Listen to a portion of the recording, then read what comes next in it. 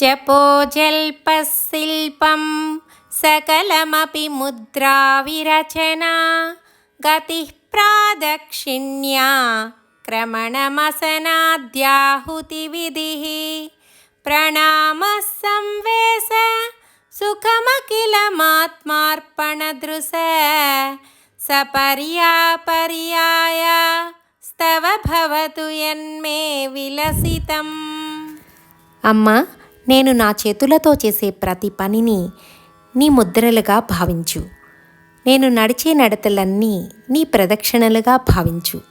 నేను తీసుకునే శుద్ధమైన ఆహారాన్నంతా నీ హవిస్సుగా భావించు.